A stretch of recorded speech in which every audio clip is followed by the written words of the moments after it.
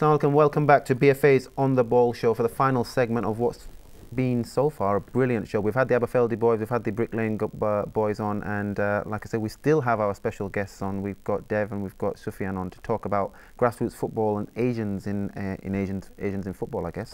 But what I want to do now is there's been a bit of an interesting article that came out last week by a guy called James Ducker in the Mail, I think it was, and I want to throw this question to Dev. There's a lot being written about in terms of grassroots football, but also concerns about young footballers. Now that seems to be the topic of today, and we've had Zidane, and one of the questions we had earlier from the gentleman who called in was why did he make the move to America? And I totally forgot, and I just really looked at this and I'm thinking, well, it makes sense why you would move to America looking at some of these figures. I'm just going to throw them out there, have a listen to them, and then tell me your thoughts on them.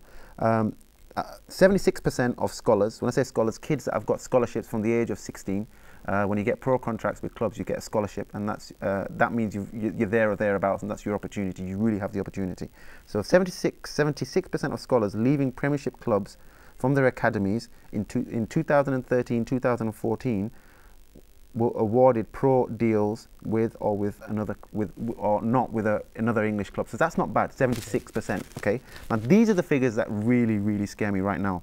You've got 96% of them scholars, okay, that were signed at 16. They will never play again from the age of 18.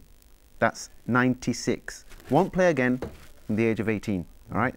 The next stat: 98% of players signed as pro will not play again from the age of 21. Right? The article then went on to talk about the impact that's had on these kids thereafter.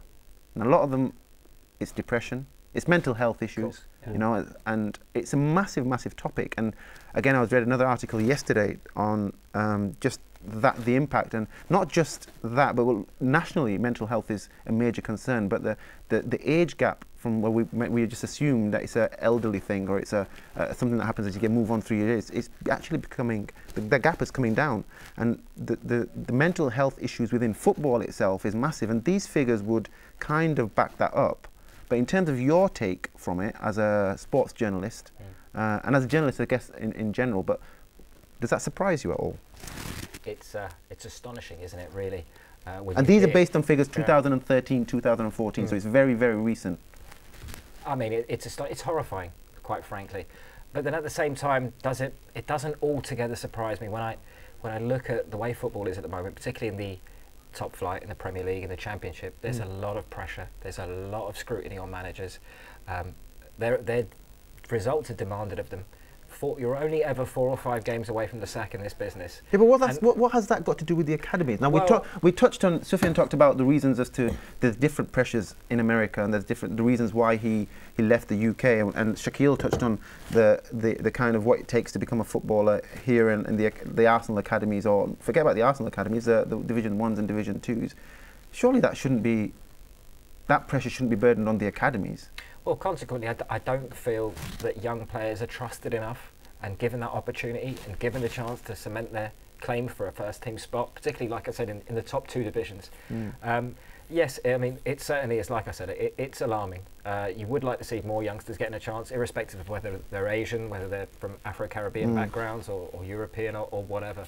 You want to see young English players given a chance. You look at the state of the England national team at the moment. They're not in great shape. Certainly, I think the women are better than the men. I mean, I do a lot of stuff on women's football, and I always make a point of saying that. But yeah, if more young players were given that opportunity, I'd certainly think the national team's fortunes would be in better shape as well. Okay, Sufyan, now obviously this is something very close to your heart. You've had the question earlier as well, and you've made the big step to go to America. Hearing these figures, are you glad you've done that? Absolutely, and it's astonishing. But one of the things, the difference, what you find in between England and America, and it's unique in Zidane's case with getting the scholarship at Michael Johnson, they look at the body mechanics and they look at how your growth is, and they identify from a young age, are you going to get to that level? Are you going to become a pro? And they kind of can determine at a certain age, whether it's 17 or 16. You know, every different athlete's different. You know, and they look at sports individual and sports specific, and if they think that if this individual is not going to become in Zidane's case, a footballer, what is the extra strategy? Can he stay in the game and become a physio? Can he become a coach? Can he become, you know, stay within the game, a football analysis? Because your love for the game doesn't go, and that's the difference. Well, that's an unbelievable point, because that's something, obviously you've touched on it, but is that something maybe that's not happening within our own structure of the football tier and within the football clubs? That exit strategy, as Sufyan just mentioned, what do they do if they fall? Do they have anything to fall back on? There is a limited emphasis on career development and building your skills. Certainly, Sophia and I have been to some really top academies in this country, and even at that level as well, there's a very strong emphasis on education and building life skills as well. Things like changing a car tyre. What do you do if you're a young footballer and your car breaks down? You know, they teach them how to cook for themselves, how to clean clothes, and all sorts of things. So there is an emphasis on life skills. Perhaps there could be more done. I think that is a valid argument. You look at footballers whose careers have been cut short. People like Dean Ashton, he does a lot of work in the media now. So there are examples, but they do tend to be players who've already reached a certain level, rather than players who haven't made it at 21 years old. And I mean, I know personally quite a few football players who have suffered from depression. They're very open and they're very honest about it with me. And I think it's Vincent Perricard who actually told me, he used to play for Portsmouth and Stoke City and Juventus, who runs an agency of sorts at the moment, that what people tend to forget when they look at football players is that these people are human beings, that they're individuals first. And particularly for someone like Vincent, who born in the Cameroon, moved to France at a young age, played in Italy, then came to England. I mean, he struggled to adapt just like any human being moving to another country would. But because they're football players who earn 10, 20, 30, 40, 50, 60 grand a week, we tend to expect them to turn up and play and score every single time they go out there, irrespective of, you know, whether they've been in the country for 3 or 4 days. Okay. Shaquille, you've been there. You were at Arsenal from a young age, and then you were released for whatever reason. What impact did that have on you at that time? I mean, with where I was, it wasn't more of being part of the academy. It was more of training with Arsenal and for a couple of years. So it wasn't more. It wasn't necessarily. Still, there's that impact. I mean, yeah. I mean, there is. I mean, yeah. I mean, of course, if I had a certain maybe physical build or you know, a technical ability that others didn't have at that time, maybe I would have been scouted for the academy and you know, developed. But from that, actually, you know, I stopped playing football for a few years, and until I was about 16, 17. But that's the one I want to get. But why? Why would you? What is it? Because we talked about that drive. We talked about Zidane. Now you said to Zidane is the drive that he's got in him. Now, if you've gone from a child who's got that drive to succeed regardless of everything, and you, the first time, I guess let's just say from your case, it's the first time you failed to get. Why did you stop? Why did you then stop and not think, well, do you know what? I'm going to carry on, continue and persevere elsewhere? I mean, personally with me, you know, I was focusing more on education, and so that was a big part of my life at that time. And then, you know, I was always playing 5-a-side, you know, 7-a-side here and there, but actually playing 11-a-side football and getting the right training became the least of your worries. Exactly. So yeah, I mean, then after school, then I started getting back into football, playing, looking to play competitive football and league football and Sunday league, and that's how I slowly got back into football. Sufyan, from you're down to tell us what the reason I was saying was the setbacks. We had a ironic thing when Zidane went out in 2013 in August. He picked up a stress fracture on his striking foot, left foot, and it was just picked up just like that. He was running running straight. They identified a limp in him, and they took him out. The physio and the medical service that they gave him was unbelievable. So it was put in a boot, and he was out for 3.5 months, and he was torn apart. All he wanted to do is, I've come to train in America.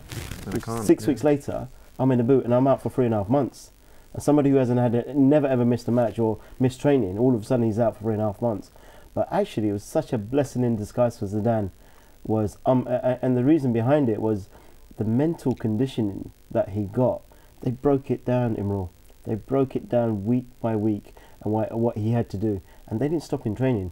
They relaxed his left foot and concentrated on the mind and the rest of the body, and it was unbelievable. Actually, he became a stronger player from that injury.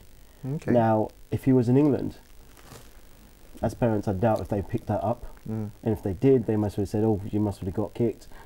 Painkillers, wrap it around, hot and cold, off you go." Standard. I mean, he was in an MRI scan room within 18 hours. Yeah. Got it done. Saw the stretch fracture. That's it. You're out. 3.5 months. Put you in a boot, and this is the physio we're going to do, and the rehab we're going to do, and this is how we're going to break it down. And the mental conditioning was unbelievable. Yeah.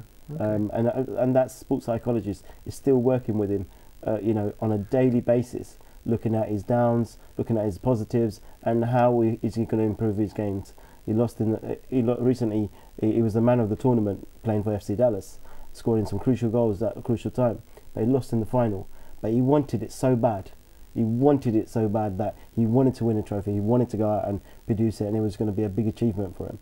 But losing that cup final is another setback. Yeah, I think that's what it is. Yeah, it's the knocks in life that add character and mentally make you stronger, and that's the key, isn't it? So, but the thing is, if someone's not there, Imrul, someone is not there to put your arms around you and just to say it's okay. This is where your wife comes in. So the decision to move the family there again, it's come to fruition because his mum's there, his younger sister's there as a shoulder to cry on if needed. Hey, do you know what? You talk about Zidane, but if you talk about Zidane and you look at the family whole setup, the sacrifice has been great. But what we talk about the growth that Zidane's had. Don't get me wrong. As parents, what growth have we had? Of course. The education that we've had, and on top of that, Zidane's sisters, you know, splitting the family apart. All of a sudden, you know, brother's not around and sister's not around, and we're missing birthdays and anniversaries and whatnot, and we're missing crucial matches and things like that. And as a family, we've grown, and we've learnt so much as parents. It's unbelievable, you know. And we've been looked after by most of the top coaches in the USA. And I have to say a big thank you to not just Michael Johnson. Michael Johnson knows Zidane very well, but Brian McCall, who's the academy director, who's, you know, directed us to FC Dallas, and then Zidane's gone to FC Dallas and he got signed up in the pre-academy. He plays in the academy next year, and it's been an absolute phenomenal journey. Wow! You know, people have already said you can write a novel. Well, hopefully the story's just begun, you know, and that's the plan. But Dev, coming back to you, I know we talked off air about Asians in football. In terms of that's just hopefully one example. We've got a number. You know what the football scene up and down the country in terms of Asian football and where we're at. Where are we at with it in terms of the numbers that are playing? I'm not sure if we've moved forwards or whether we've moved backwards. I look back many years ago at how many Asian players we had spread across all the divisions in the Football League, and we're at a very similar number at the moment. I mean, we've only got one Asian player in the Premier League, that's Neil Taylor. You've got Adil Nabi and Sami Nabi, who are both at West Brom as well, yet to feature in the first team.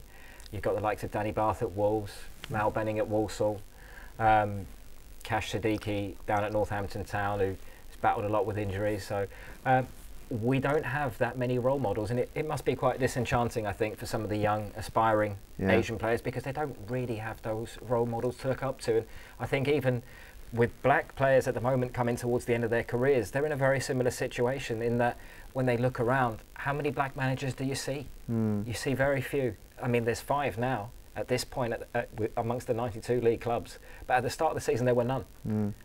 It's an important point worth making, and again, I know for a fact, having spoken to a lot of black professionals who are still playing and some who are no longer playing, some of them think, well, what's the point of me doing my B licence? What's the point of me doing my A licence? I'm not going to get the gig.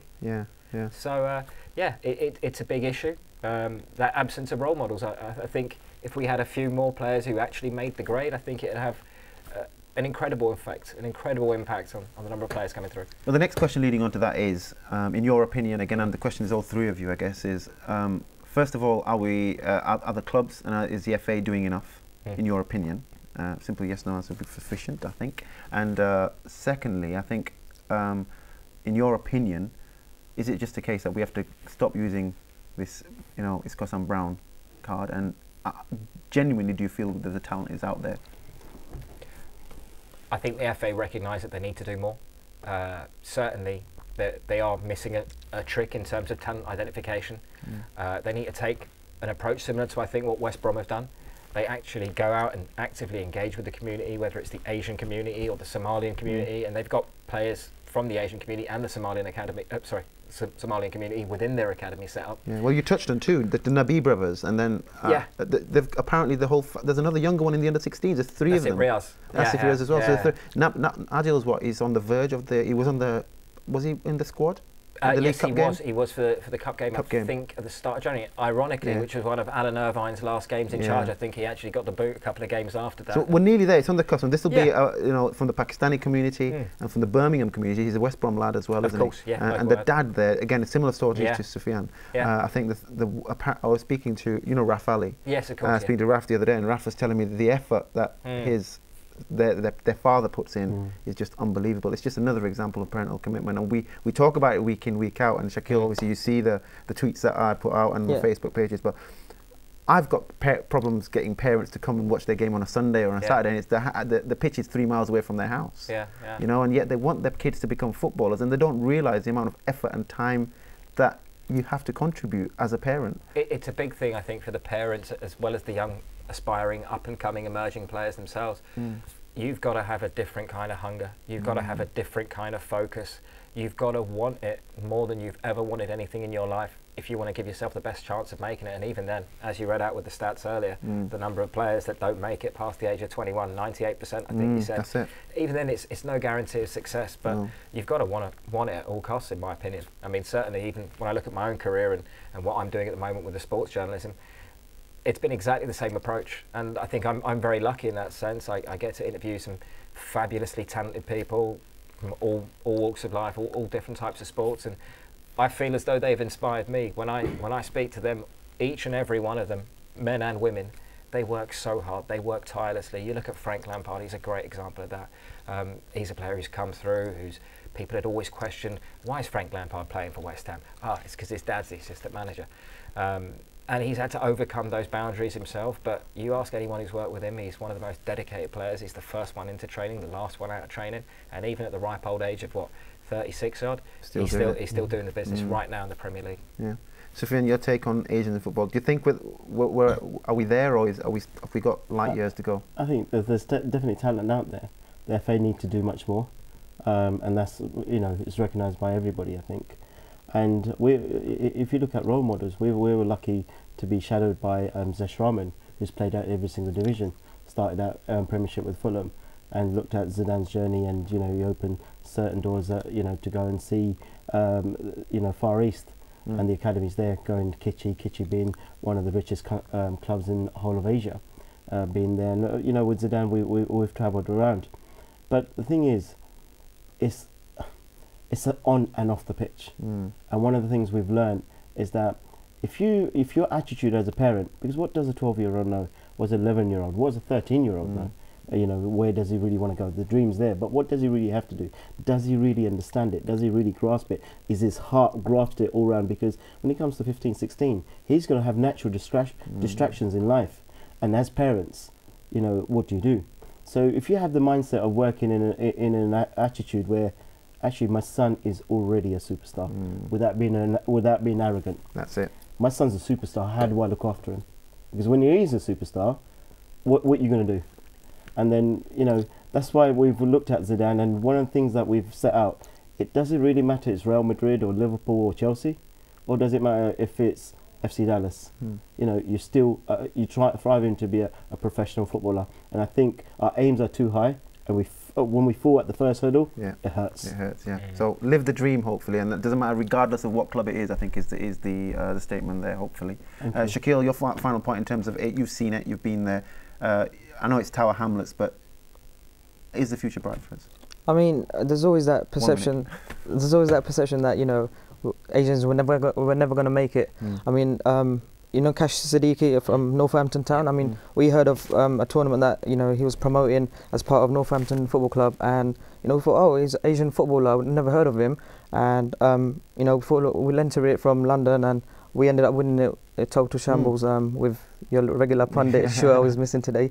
But yeah, I mean, it was good to see Cash was there and he was promoting it, and hopefully stuff like this with more tournaments happening, hopefully one day there'll be a youngster you know, he sees this poster of, you know, and you know, he's an aspiring footballer, and he turns up at these tournaments, gets scouted by these big football clubs.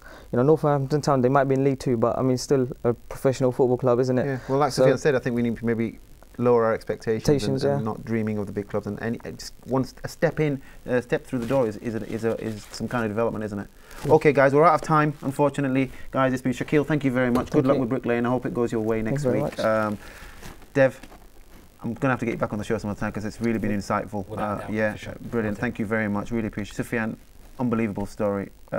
Keep up the great work that you're doing, and wish Zidane our best. Give him our regards. And like I said, we'll be keeping an eye out for him.